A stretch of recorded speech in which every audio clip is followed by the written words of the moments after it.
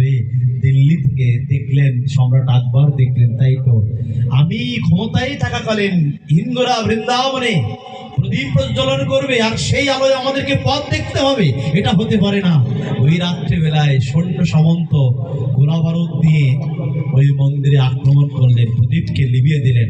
যখন ওই বিগ্রহ ভিতরে রয়েছেন ভগবান তো ভক্তের কাছে বাধা, তারাও যখন আক্রমণ করেছেন তখন তাদের সৃষ্টিকর্তাকে ডেকে আক্রমণ করেছেন। ওই মন্দিরের সামনে হনুমানজি উপস্থিত হলেন। হনুমানজি সমস্ত দস্যুদেরকে তিনি হত্যা করলেন, তিনি বিতাড়িত করলেন। আর তিনি এমন বিকট মূর্তি ধারণ করলেন, সেই রূপ দর্শন করে তার গদা প্রহারে সমস্ত দস্যুরা তারা পালিয়ে গেলেন বৃন্দাবন ছেড়ে। এই জন্য বলেছেন বৃন্দাবনে গোবিন্দ দেবের মন্দিরে দর্শন করতে গেলে আগে হনুমানকে প্রণাম করতে হবে। বৃন্দাবনে দেখবেন হনুমান শ্রেষ্ঠ, হনুমানকে কেউ কষ্ট দিবেন না। যদিও অনেক বাঙালি ভক্ত দেখলে তারা সহ্য করতে পারে না। আমি একবার গিয়েছিলাম, আমাকে আঘাত করেছিল, আমার ভ্যাকসিন নেওয়া লাগছিল, হয়তো কি অপরাধ ছিল তার চরণে। এই জন্য বৃন্দাবনে বানর শ্রেষ্ঠ, ময়ূর শ্রেষ্ঠ, গাভী মাতা শ্রেষ্ঠ, আর একজন শ্রেষ্ঠ। আমি অনেক আগে গল্পটা বলেছি আপনাদেরকে, বাস্তব ঘটনা, মনে আসছে কিনা জানি না। বলুন তো, বৃন্দাবনে 4টা জীব শ্রেষ্ঠ। আর কোন জীব বলুন? গাভী মাতা, ময়ূর, বানর, আর কি? আর একজন আছে বৃন্দাবনে, অক্ষয় অমর হয়ে থাকবে।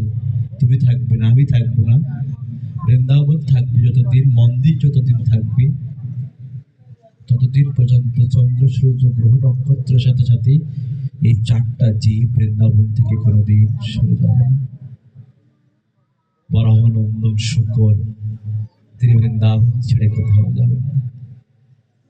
তা না হলে বৃন্দাবনের সাধু মহাত্মারা 24 ঘন্টার মধ্যে মরে সাপ হয়ে যেত। এত নোংরা বৃন্দাবনে, এত নর্দমার মধ্যে। তারাও জানিয়ে দিলেন, কি জানেন, আমরা তো প্রসাদকে অসম্মান করি। বরাহনন্দন বলেন, প্রভু আমি তোমার বৃন্দাবনের সেবায় যেতে চাই, এত সুন্দর নেলায় আমাকে নেবে না প্রভু তুমি? বলছি হ্যাঁ, তোমাকেই তো নেব। বলছে, প্রভু আমার সেবা থাকবে কি জানো, তোমার প্রসাদকে যেন কখনো অসম্মান না হয়। নর্দমার মধ্যে ব্রজে একটা নিয়ম আছে, ব্রজবাসীরা ভোরবেলায় উঠে, তো আর কিছু করুক বা না করুক, ব্রজবাসীরা ভোরবেলায় ওঠে। ভোরবেলায় উঠে সিস্টেম আছে, টপ 2 লিটারের বোতল, 1 লিটারের বোতলে করে জল নিয়ে ব্রজবাসীরা আজও পর্যন্ত, কি নিলাম, কি অপূর্ব। আমাদের বাঙালিরা দেখলে হয়তো নিন্দার জড়িত মনের মধ্যে অঙ্কিত করবে, কিন্তু এটা কখনো করা যাবে না। ঝোপে ঝাড়ে ফাঁকা জায়গা পেলেই নর্দমার মধ্যে ব্রজবাসীরা, বালক বৃদ্ধ যুবনারী সবাই ভোরবেলায় উঠে বাথরুম করে, পায়খানা করে, আর শৌচক্রিয়া দিয়ে ওই জলের মধ্যে করে ঘরে গিয়ে স্নান করে, তারপরে বা যমুনার জলে স্নান করে তারপরে ঘরে যায়, গিয়ে ভগবানের মঙ্গলারতি দর্শন করে। এটা কিন্তু অরহ হয়, কোনো সাধু আজ পর্যন্ত সেটাকে দর্শন করে মাথা দেখছেন? এইগুলো, এই কথাগুলো কেউ প্রচার করতে দেখছেন? এগুলো প্রচার করা নিষেধ আছে। বৃন্দাবনে শুকুরের বিষ্ঠা, তারাও বলে কৃষ্ণ কথা। বৃন্দাবনে কৃষ্ণ কখনো জুতা পায়ে দিয়ে বেড়ায় যায়। যেখানে নাম সংকীর্তন, নর্তন কীর্তন যেখানে হয়, সেই তো নত্য নবদ্বীপ, সেই তো বৃন্দাবন। বৃন্দাবনে যারা আসে তারা জুতো পায়ে দেয় না। মা এখন তো রাজস্বিক ভাবে বৃন্দাবন পরিক্রমা করে। ভগবান এসেছিলেন খালি পায়ে, কোথায়, কোন জায়গায়, কোন কোনায়, কোন মৃত্তিকার উপরে ধুলোর সাথে ভগবানের চরণ দলে মিশে আছে আমরা কেউই জানি না। তাই গৌর প্রাণানন্দে শুধু তাই নয়, শ্রীমতী রাধা রানী, শ্রীমতী রাধা রানী দেখবেন সেই নিদু বনে, নিকুঞ্জ বনে দাঁড়িতে কত মায়েরা, ব্রজবাসী মায়েরা বসে আছে। কেন জানো? কত ভিক্ষু করে বসে আছে। কেন? সবাই যখন গেটের কাছে যায় জিজ্ঞাসা করে, বাবা আপনাদের দামি জুতাগুলো আমাদের কাছে রেখে যান, বিনিময়ে আপনারা পয়সা দেবেন কি না দেবেন এটা আপনাদের ব্যাপার। কিন্তু যেখানে শ্রীমতী রাধারানী সহ আমার ভগবান শ্যামকানায় লীলা করেছেন, সেখানে কোনো ভক্ত জুতা পায়ে দিয়ে যেতে পারবে না। পেয়েছে বলো? সেখানে যেতে পারবে না। ঠিক তদ্রুপ আমাদের এই দেহের মধ্যে কখনো কখনো কোনো হিংসা রাখা যাবে না। হিংসা থাকলে গৌর ভজন হবে না। দেখো শব্দ হচ্ছে কেন, হিংসা থাকলে গৌর ভজন হবে না, কৃষ্ণ ভজন হবে না। আর গৌর বলে না কাঁদলে তুমি ভক্তি শ্রদ্ধা তোমার হৃদয়ে আসবে না কখনো। চোখ দিয়ে তোমাকে অবশ্যই নয়নস্র জল ফেলতে হবে। তাহলে দেহটার মধ্যে ব্রহ্মা ব্রহ্মা আর এই ব্রহ্মা প্রজ্বলিত হবে শুদ্ধ ঘৃত দ্বারা, তাই না? তাছাড়া হবে না কিন্তু। তাহলে বৃন্দাবনে যখন রাধা গোবিন্দ মন্দিরে যখন আক্রমণ করেছিলেন তখন একতলার সমান সেই মন্দির ছিল।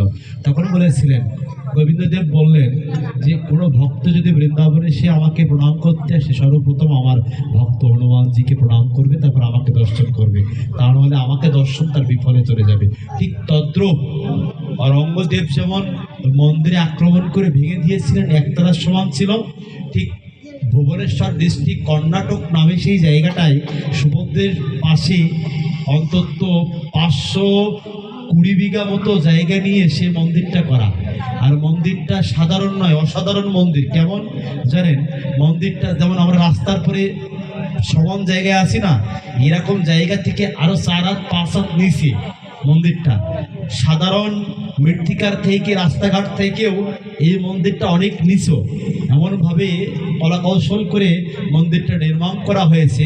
সেখানে যেতে গেলে বহুবার চেক হবে। তৎকালীন সময় চেক হতো, রাধার সাথে দেখা করতে গেলে বা মন্দিরে প্রণাম করতে গেলে এরকম চেক হতো। কিন্তু ওই মন্দিরটা অপবিত্র হয়ে যায়। অপবিত্রটা এই, ওই মন্দিরে 1000 শ্রমিক দ্বারা নির্মাণ করতে হবে। আর এই 1000 শ্রমিকদের মধ্যে যদি কেউ কখনো অপবিত্র হয়, সেদিন ওই মন্দির কাজ করা বন্ধ হয়ে যাবে। কাজ করা বন্ধ হয়ে যাবে। 1000 শ্রমিকের মধ্যে যদি কেউ ওখানে মারাও যায়, সেদিন ওই মন্দির করা বন্ধ হয়ে যাবে। এরকম ভাবে মন্দির করতে চলেছেন, করতে করতে করতে করতে মন্দির নির্মাণ হয়ে গেছেন। ভগবানও বিগ্রহ স্থাপন করলেন, কিন্তু গেটের 2টা হস্তি, 2টা পাথর কেটে 2টা হস্তি নির্মাণ করা হবে।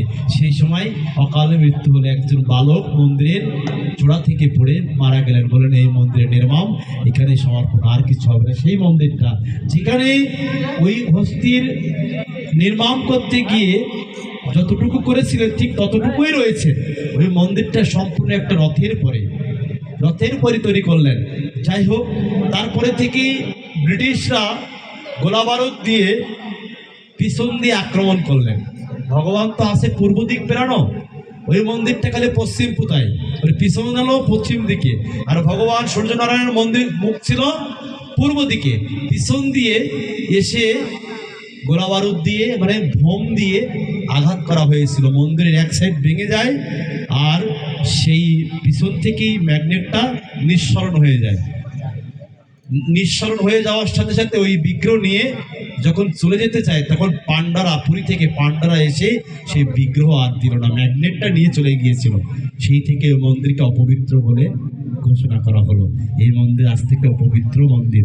এখানে কোনো সেবা হবে না, এখানে কোনো বিগ্রহ প্রতিষ্ঠিত হবে না। কোনো মন্দিরই যদি এমনি অপরিত্যক্ত হয়ে পড়ে থাকে, সে মন্দির এমনি অপবিত্র হয়ে যায়। মন্দির কখনো পবিত্র হয় মা? মন্দির কি অপবিত্র হয়? একটা কথা বলা যাবে না মা, কথা বলবেন না। মন্দির কি কখনো অপবিত্র হয়? হয়? তবে হ্যাঁ হয়। আমাদের ফুলতলা একটা জায়গা আছে বাবা, নাম বলতেছি না, নাম বলে যদি কেউ আত্মীয় স্বজন থাকে তাহলে ফোন করে আবার জিজ্ঞাসা